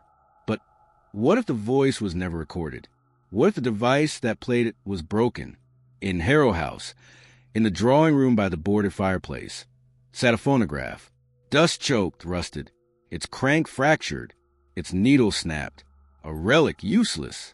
And yet it sang. Miss Marple had only noticed a phonograph because of the way the sunlight caught its brass horn. It sat quiet for days, buried beneath a lace cloth, surrounded by furniture that hadn't moved in decades. Agatha had never mentioned it. The books listed no model number, no purchase record. And yet one morning just past dawn, it played. No one had wound it. There was no record on the turntable. But it played. A song. The melody was familiar. Agatha's lullaby. Same cadence, same subtle tonal shifts. But this version had words. A male voice. Fragile. Drawn. Close the gate/roots below/don't forget the one you know. Miss Marple stood frozen in the hallway. The voice continued. Ash the stem/voice to thorn/you will wake when you are worn. The needle spun across an empty plate. There was no vinyl, no cylinder, no mechanism in place to move the needle. She stepped closer. The voice stopped. Then the record spun again. The voice returned. Agatha! Then a shriek, so sharp, the phonograph's horn shook. A thin crack split the metal. The device fell silent. She tried to dismantle it. The gears were rusted into place. The crank wouldn't turn. The tone arm was fused. She placed her hand inside the horn. Warm. Later, she played back the recording on her handheld device. The sound was there, but the voice wasn't male anymore. It was hers. Singing, word for word. She hadn't sung. Not aloud. Not ever. She checked the recording time. 3:17 a.m. That night, the phonograph played again. This time, a duet. Agatha's voice. And Elias Harrow's. Miss Marple scoured the house for old records. Found one in a tin marked for rain. It bore no label. She placed it gently onto the broken phonograph. Despite no needle, the record turned. Voices overlapped. Screaming, laughing, chanting. One voice cut through. He was buried standing up, facing the house. Marple paused the record. It did not stop. The needle spun faster. The music twisted. Then her own name, Jane. Jane dig where the roses weep. She smashed the phonograph. Shards scattered. The horn split in two. But the next morning, it was whole again, sitting on the mantel and spinning. Agatha sat beneath it, rocking gently. I never told it your name, she whispered. Then how does it know? Marple asked. Agatha stared at the floor. It remembers everything we give it. That night, the phonograph played no song, just breathing, long measured, familiar. There are devices that capture time, but this one doesn't record. It listens, and when it plays back what you didn't mean to say. Tell us, if a song played in your house with no record, no sound source, and it said your name, would you turn it off? Would you smash it? Would you listen to the end? We already did. Photographs lie. We like to think they don't, that they're fixed, still evidence of what was. A moment caught, framed, preserved. But even the sharpest image can mislead. Eyes don't always look the same once the light is gone. Mouths curve differently in the silence. And sometimes, the longer you look, the more the picture shifts. At Harrow House, there's a photo, black and white, soft grain, edges curled with time. It sits in a gilded frame on the mantel above the extinguished fireplace. Agatha Harrow, Elias Harrow, husband and wife, smiling. At first, Miss Marple passed it every day without comment, without curiosity, until one morning, Elias was gone. She remembered the photo clearly. They both stood in front of the garden gate. Elias's hand rested on Agatha's shoulder, both smiling slightly, eyes squinting in bright sunlight. She'd studied it the day she arrived, used it to match Agatha's current features to her younger self. But this morning, something had changed. Elias was still present, but paler, washed out, as though exposure had only affected him. Marple thought it a trick of light. She adjusted the frame, cleaned the glass. Nothing changed. 2 days later, Elias had faded further. His outline was soft, his face barely discernible. Agatha, however, remained sharp, her smile wider. Her eyes, no longer squinting, seemed to have opened more fully. Marple compared it to an archive scan of the original. The digital file showed both figures, as they had been. The physical photograph did not. She asked Agatha, "Do you remember this photo?" Agatha did not answer. Instead, she turned away. It always begins when the garden's full. That night, Marple watched the frame. It shimmered faintly at 3:17 a.m. Elias's figure twitched. She placed a camera across the room. Time lapse over 24 hours. The footage showed the photograph slowly erasing Elias, frame by frame. Agatha's face became increasingly vivid. Her lips curved upward by fractions. Her head tilted slightly toward the viewer. Then, in the final frame, her eyes shifted. They looked directly into the lens. Marple rushed to the mantel. The physical photo matched. Agatha was staring at her. Marple scanned the image again. The new scan contained metadata. Date created. The same day Elias disappeared. Edited by root.user. No such account existed on her device. She printed a new copy. Within hours, the changes began again. Elias faded. Agatha sharpened. The photograph was evolving on its own. Agatha, when asked again, simply whispered. He gave his face to the soil. Marple tried to destroy the photo. It wouldn't burn, wouldn't tear. She sealed it in a lead-lined box, locked it in the cellar. The next morning, it was back on the mantel. Only Agatha remained in the image now, and her eyes followed Miss Marple across the room. Photos don't lie, but they forget to tell the whole truth. And when memory prints itself in reverse, the future becomes part of the frame. Tell us, if you watched yourself disappear from a photograph pixel by pixel, would you keep it? Would you hide it? Would you look directly back? We already did. Some events happen in plain sight, not by accident, not in defiance of secrecy, but because they rely on disbelief. If something is strange enough, bold enough, no one believes it. And if it happens at night under the right moon, no one speaks of it after. Withering Hollow has its own rhythm, its own calendar, not by days or months, but by lunar cycles. And when the moon is full and high, the villagers gather. Not all, just some, always the same ones, always barefoot, always silent. Miss Marple watched from her window. It began with a knock. 3 soft taps at each door along the lane. No words exchanged, no invitations, just a ritual. And then the procession to Harrow House. The moon was sharp, silver and unnatural. Shadows elongated, refusing to stay tied to their forms. Miss Marple noticed the first figure stepping through the garden gate. Then another, and another, all neighbors. Some she'd spoken to, some she only knew by name. Each one walked barefoot. Each one carried a small item, a flower, a coin, a strip of cloth, a doll, a tooth. They said nothing, not even to each other. They stood in the center of the garden, shoulder to shoulder, 23 in total. Miss Marple hid behind the curtain. The garden hummed. A low chant began. No leader, no instruction, just a phrase, repeated in unison. He returns in root, in vine, in bloom. Over and over. As they spoke, the roses bowed. The ivy curled inward. The soil vibrated. And then one child stepped forward. A small boy no older than 7. He looked up at the moon, then down at the soil, and walked straight into it, not onto it. Into. The ground opened, softened, swallowed him slowly. No screams, no struggle. He vanished beneath the roses. The chant stopped. The others turned, walked home. No goodbye, no discussion. Miss Marple rushed to the garden. The soil was undisturbed, perfectly flat. She dug, found nothing. No footprints, no traces of a body. Only a small toy rabbit, half buried, warm to the touch. The next morning, she asked around. No one remembered a boy.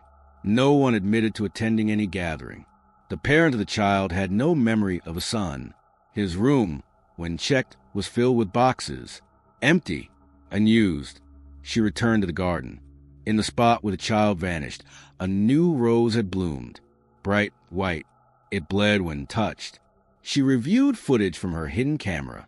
The gathering appeared blurred, not from camera error, from intentional interference. Every frame bent at the same angle, but the chant was clear, played in reverse. He waits beneath, in stem, in grief. The white rose held something in its base, a fingernail, not decomposed. Agatha appeared beside her. I told him to stop, she said. But the garden calls when the moon is full. Why him? Marple asked. Agatha stared at the bloom. He asked to grow taller. That night, the chant echoed from the woods. No people, just voices. The moon passed overhead. The soil shimmered, and the roses swayed to no wind. In the hallway, Marple found her reflection missing from a mirror. Only the garden was visible. The child stood in the distance, smiling. Rituals don't need belief. They just need time. And once the moon is high enough, the earth will remember its part. Tell us, if you saw your neighbors walk barefoot into your garden, would you join them? Would you ask what they gave? Would you follow the child? We already did. Sleep is a surrender. We like to think we're safe in it, tucked away from the world, sealed inside dreams where time bends and logic fades. But sometimes sleep is an invitation, especially when the place you choose to sleep has been watching you. That night, Miss Marple didn't sleep by accident. She chose it. She prepared her cot, laid her coat beneath the pergola, positioned the lantern beside her head, unlit but reachable, and she waited to dream, to witness, to understand what the garden wanted to show her. It showed her everything. The decision wasn't sudden. For weeks, she documented the activity, noises, movement, whispers, anomalies in time and space. But something was still missing. The garden's behavior grew stronger between midnight and 4 a.m., but most of the phenomena occurred when one was asleep. Agatha once mumbled in her rest, "It's when you stop watching that it grows through you." Marple took that as her key. She cleared a space in the center, where the roses didn't bloom, where no path passed. The untouched soil. She laid down just after dusk. She felt it before she heard it. The ground pulsed. Not movement, more like breath. She dozed off with her hand pressed into the dirt. When sleep took her, it took her quickly. In her dream, the garden stretched wider than the world. Rose stalks grew taller than trees. Vines slithered like serpents in the air. She stood, barefoot, in a field of movement. Voices rose, not from mouths, but from petals. Each flower had a face, not abstract, human. Each one she recognized. Faces from the village, from old photographs, from her own childhood memories. And every face whispered her name. She walked forward. The ground shifted. Bodies half buried reached up with leafy arms. Eyes filled with chlorophyll blinked slowly. One corpse wore her dress. Another her mother's hat. Another had no face at all, just thorns arranged in a smile. She turned. The garden gate was gone. Only soil. Only roots. Only her name repeated in cycles. Jane, Jane, Jane. Returned to root. Then a low groan shook the air. A rose the size of a carriage bloomed before her. Its face was Elias, mouth open. Agatha's voice echoed from inside. "This is how we remember." Marple reached for the petals. They screamed. She jolted awake. But not inside, not in bed. Still in the garden. Mouth full of dirt. Hands covered in blood, not hers. A trail of scratches up her arms. Claw marks. From inside her palms. The soil around her had shifted. Shallow trenches led away from her body. As if something had crawled beside her while she slept. Her cot was overturned. The lantern had melted. Not burned. Melted. Agatha watched from the window, not blinking. The white rose near her head had opened, and inside was a tooth. Her own. It was missing. That night, she didn't enter the house. She walked the perimeter. Whispers followed. Agatha whispered as well, from behind the curtain, "You stayed too long. Now it dreams of you." In her mirror that night, Marple saw dirt in her eye, beneath the skin. The next day, a bloom grew from the corner of the guest room. It was her favorite color, and it knew her name. Some dreams don't fade. They root themselves in memory. They blossom in your place. Tell us, if a garden whispered to you in your sleep, if it wore your face, would you lie down in it again? Would you dream among the roots? Would you leave part of yourself behind? We already did. Every investigation has its edge. The moment when the facts don't quite match, when the witness stammers, when the clock ticks a second too long. It starts small, a detail that scratches at the back of the mind, asking to be noticed. And once that thread is pulled, the rest doesn't just come loose. It spills. This wasn't about a missing man, or a cursed garden, or whispers in the dark. This was a burial without grief, a love that refused to die, a garden grown not from sunlight and water, but from memory, guilt, and sacrifice. Miss Marple knew how to follow logic, but logic had run out, and what was left was still breathing. Withering Hollow had hidden its truth well. No police records, no documented complaints, no missing persons cases linked directly to Harrow House. Not officially, but Marple had collected enough to know the shape of the silence, photographs that changed, rooms that moved, voices from the soil, and then the phonograph, the red thread, the child. Patterns don't lie. She gathered her notes, every page, every observation, cross-referenced them, timeline, motives, behavior. It all pointed back to one person, Agatha Harrow, and one place, the garden. Miss Marple confronted Agatha in the parlor. The old woman rocked gently in her chair, humming her lullaby. "You said Elias died," Marple began, "but you never said how." Agatha's hum continued. "You fed him," Marple said, voice calm. "To the garden." The rocking stopped.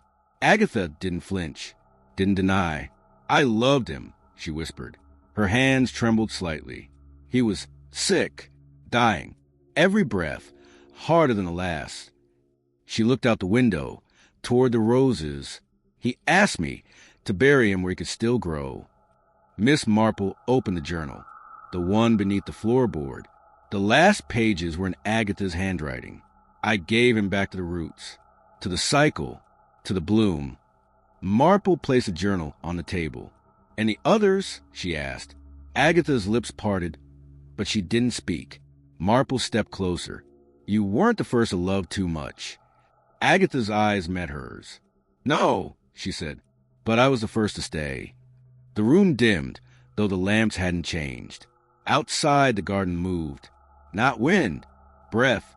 The soil samples Miss Marple had tested came back. High traces of calcium, iron, phosphate. Too high. Bone content. Human. She returned to the archives. Old agricultural records showed the land had never been farmed. Not because it was barren, because it was too rich, too fertile. Neighbors buried pets there. Some admitted to burying livestock. Everything grew back, too fast. And then, quietly, anonymously, a letter arrived at the postbox. No return address. Inside, a single sentence typed, "Elias was the fourth." Agatha no longer left her chair. She stared out the window. Some nights, she mumbled names in her sleep. Marple wrote them down. Cross-checked. Most were unlisted. Forgotten. But two matched parish records from the 1800s. Both buried on his estate. Both husbands. Agatha's age didn't make sense anymore. Neither did the house. Miss Marple heard something behind the walls now. Something that shifted when she moved. Echoed when she breathed. She slept with the mirror covered. And in the garden, one rose bloomed in her likeness. Truth isn't always uncovered. Sometimes it grows, up through the cracks, over the graves. And when you follow the clues to the end, what's waiting isn't always justice. Sometimes it's a root, thick, wet, wrapped in something once human. Tell us, if you knew love could feed the earth, would you plant what was left? Would you water it? Would you stay? We already did. Every place is a center, a point from which everything radiates. Streets, rooms, energy, memory, even pain. Miss Marple had walked the paths of Harrow Garden dozens of times, mapped them, measured them, charted the angles between the trellis and the rose beds. But something never aligned. The paths circled, yes, but not aimlessly. They orbited. Not a statue, not a fountain, not a tree. A spot of dense thorn, tightly packed, coiled like muscle. No one walked there, not even Agatha. Until the night Miss Marple chose to dig. The bush had no name, no flowers, only thorns. They were thick, blackened, coiled around each other like vines in pain. The area surrounding it was oddly clear of leaves, as if nature itself avoided the roots, and it pulsed, faintly, every few seconds. Not with wind, not with tremors. A rhythm, steady, biological. She counted the intervals. 72 per minute, a resting heartbeat. She began to dig. At 2 inches down, the soil was soft. At 5 inches, warm. At 10, she struck something rubbery. She pulled away more soil. There, nestled among tangled vines and living roots, was something smooth, pink, rounded. She cleared further. It pulsed. A human heart, preserved, perfect, unattached to any visible vein or body, but beating. She stared at it. It thudded stronger. The vines coiled tighter around its edges as a protective. Then came the sound. All around her, the garden exhaled. A collective sigh. The roses bent slightly. Leaves fluttered without wind. A single thorn broke off and landed at her feet. She reached for the heart. Her fingers brushed it. It warmed under her skin. And she heard, clearly, Agatha's voice in her mind. He lives here now, because I gave him what remained. She staggered back. The garden responded. Roots shifted. Soil clenched. She was no longer alone. A figure stood among the trellis. Tall, familiar, without a face. Not a hallucination. She blinked. It remained. The heart beat faster. She backed away, breath quickening. The vines began to part, revealing bones, not buried, displayed. Cradling the heart, she fled to the house. Agatha waited. You found it, she said softly. I wasn't sure you would. Miss Marple turned sharply. What is it? Agatha smiled faintly. The beginning, she explained. Elias had been dying. They made a pact to preserve him, not in mind, not in photo, but in form, in function. He volunteered his heart to the garden. The roses fed on it. The ground pulsed with it. It had kept the garden alive. And now it was tired. That night, the heart stopped, briefly, and every light in Harrow House flickered. Then a cry, from beneath the soil, a child's voice. Mother? Agatha did not answer.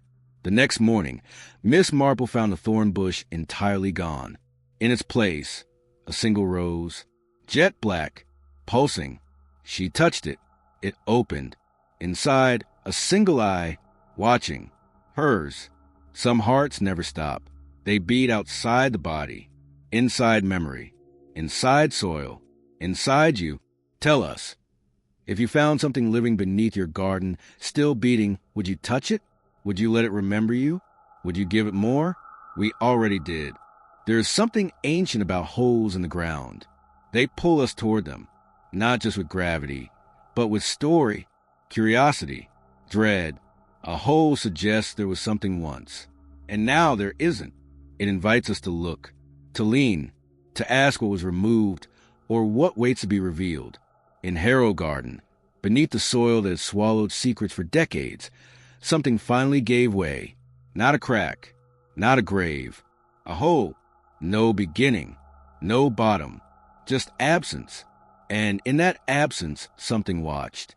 It began just after dawn. The ground trembled, not a quake, but a sigh, subtle, rhythmic. Marple had felt it before. She walked toward the oldest part of the garden, the first rose bush, the one that legend claimed grew from Agatha's wedding bouquet. It was gone. In its place, an opening, perfectly circular, edged by cracked roots and bleeding petals. She knelt, peered inside. It was black, not empty, just black. She lowered a flashlight. The beam disappeared after 12 feet, eaten by shadow. No bottom, no sound. She dropped a stone. No impact, no echo. Then movement, a glimmer. Far below, a blink, like an eye. Then another, and another, blinking in sequence. Watching, she staggered back. The garden held its breath. Miss Marple set up a camera, fed rope down. 60 feet, then 100. Still no bottom. The rope tugged, twice, then slackened. She reviewed the footage. At frame 3982, static. Frame 3983, a hand. Reaching up, not rotted, not skeletal. Human, alive, fingertips brushing the lens. Then darkness. She replayed it, paused, zoomed, a ring on the hand. Elias's. She returned to the hole. Agatha stood beside it, no surprise in her face. It always comes back, she said. What does? Marple asked. Agatha closed her eyes. The part of him that didn't want to stay. Marple stared into the void. It's alive, she whispered. Agatha nodded. It's remembering itself. From root to bloom. From body to echo. She stepped closer. I don't think it wants to be down there anymore. That night, the hole grew. By morning, it had widened 3 more feet. Marple found her boots at its edge. She had not placed them there. A new rose bloomed beside the sinkhole, black, with red veins. Inside, her voice, playing, a whisper. The garden is never done growing. She had never recorded that phrase, never spoken it. She checked the mirror. Her reflection blinked with 2 sets of eyes. One hers, one older. Endings rarely end where we think. Some keep burrowing. Through history, through family, through you. Tell us, if you found a hole with no bottom, and it blinked at you, would you keep staring? Would you throw something in? Would you listen? We already did. Some mysteries grow roots too deep to pull free, and some gardens should never be watered with grief. If you're still listening, maybe you were meant to hear this. Tell us, would you walk through the widow's garden? If you want more stories like this, subscribe to the channel. Turn on notifications, and leave your theory in the comments below. Until next time, if there is one.